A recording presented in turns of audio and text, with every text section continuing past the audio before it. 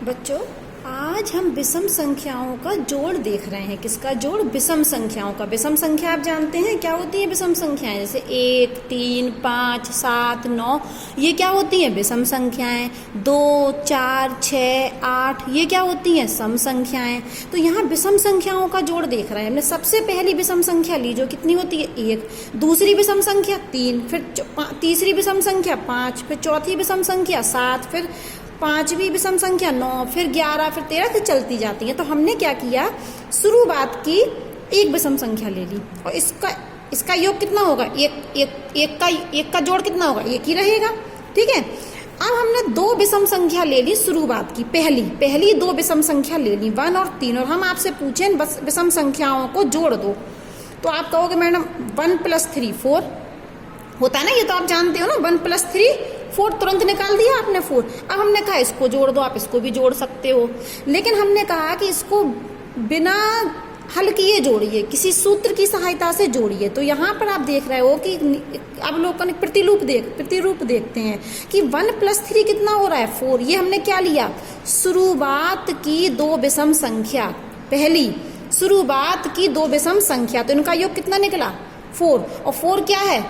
2 का वर्ग है। 4 क्या है? 2 का वर्ग है।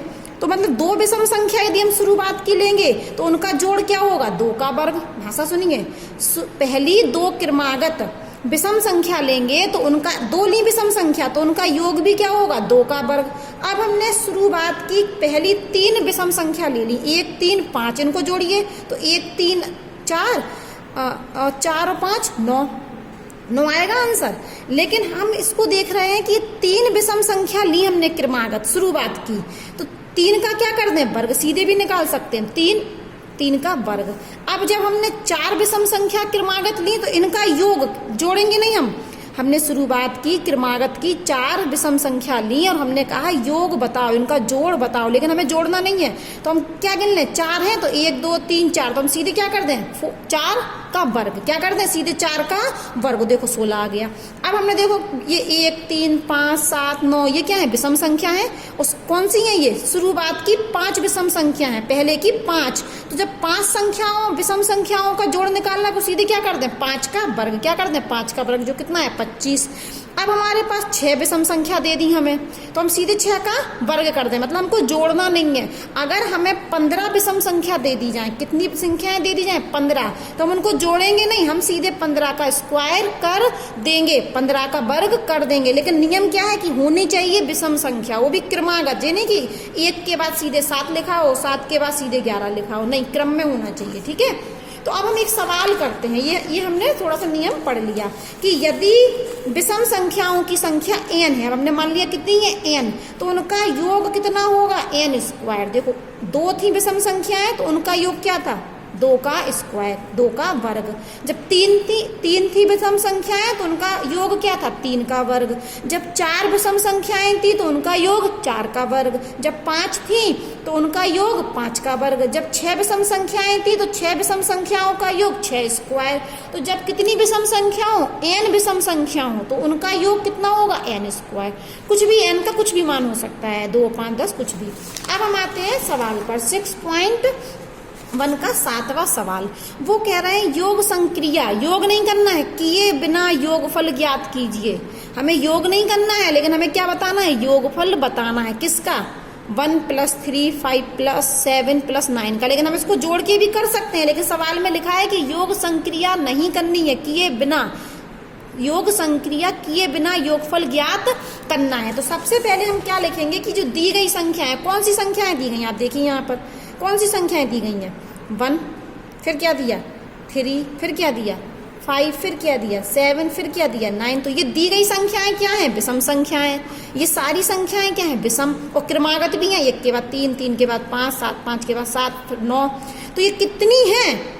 इनका योग बताना। ये कितनी है विषम संख्या? जोड़ लीजिए आप, एक गिन लीजिए, 1, 2, 3, 4, 5, 1, 2, 3, 4, 5, 5 है, तो इनका योग क्या होगा? सीधे 5 का वर्ग। तो हम लिखेंगे, हम जानते हैं n क्रमागत विषम प्राकृतिक संख्याओं का योग n² होता है। और यहाँ n का मान कितना है? n का मान कितनी विषम संख्या है? 1, 2, 3, 4, 5।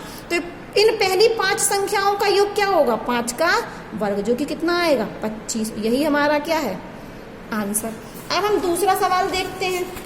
दूसरा सवाल, अब उन्होंने हमें क्या दे दिया, 1 3 5 7 9 11 13 15 17 19 और कहा कि योग नहीं करना है, योग संक्रिया नहीं करनी है, लेकिन हमें योगफल बताना है। तो हम देखते हैं 1 भी विषम संख्या है, 3 भी विषम संख्या है, 5 7 9 11 13 15 17 19 सब क्या है विषम संख्या।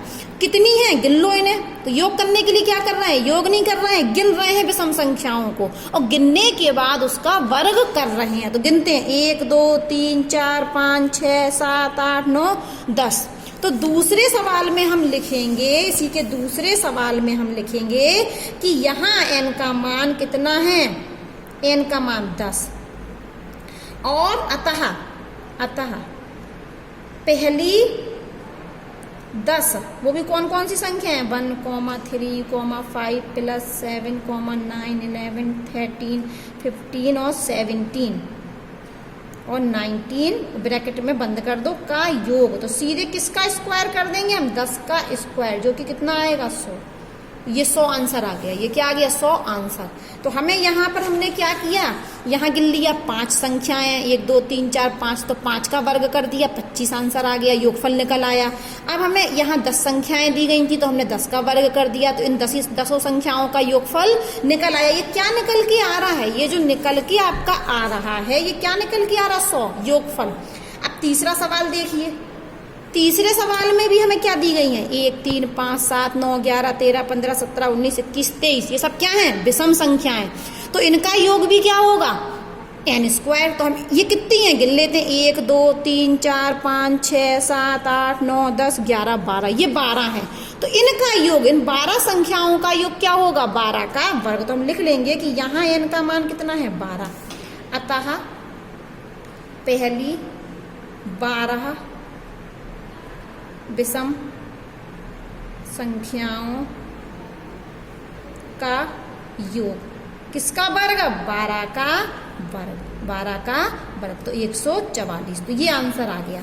इसका आंसर कितना आया, इसका योगफल कितना आया 25, इनका योगफल कितना आया 100, इनका योगफल कितना आया 144, इनका योगफल 25 आया, इन 10 का योगफल 100 आया, इन 12 का योगफल 12 संख्याओं का योगफल 144 आया। लेकिन हमने योगफल नहीं किया, हमने क्या किया, ये विषम संख्याएं थी इसलिए इन संख्याओं को गिन लिया और n का मान निकाल लिया। यहाँ n का मान कितना निकला 5, तो हमने 5 का वर्ग कर दिया, तो 25 योगफल आ गया इनका।